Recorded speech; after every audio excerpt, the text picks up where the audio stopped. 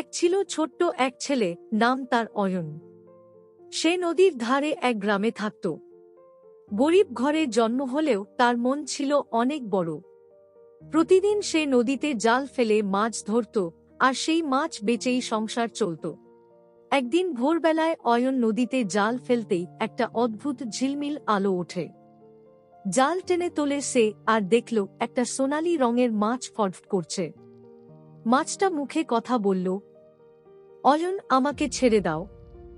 আমি জাদুর মাছ। আমি তোমাকে 3টি বর দেব। অয়ন বিস্ময়ে জিজ্ঞেস করল, তুমি সত্যিই বর দিতে পারো? মাছটা হেসে মাথা নাড়ল। অয়ন ভেবেচিন্তে প্রথম বর চাইল, আমার মা যেন আর কষ্ট না পায়, আমাদের ঘরে যেন খাবার আর অভাব না থাকে। ঝট করে ঘরে ফিরে দেখে কুঁড়ে ঘরটা হয়ে গেছে সুন্দর পাকা বাড়ি, আর ভেতরে খাবারে ভরে গেছে। দ্বিতীয় বর চাইল, আমাদের গ্রামের সব গরিব মানুষ যেন সুখে থাকে।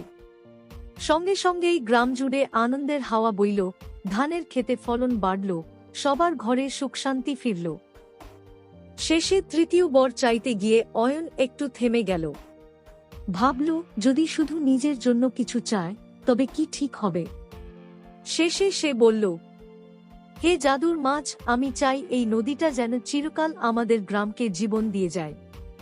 মাছটা খুশি হয়ে ঝিলমিল আলো ছড়িয়ে নদীর গভীরে মিলিয়ে গেল। তারপর থেকে অয়নের গ্রামে আর অভাব আসেনি। নদীটা যেন আশীর্বাদ হয়ে বয়ে চলল, আর সবাই বলতো, ওই নদীতে আছে এক জাদুর মাছ যে অয়নকে আশীর্বাদ করেছিল।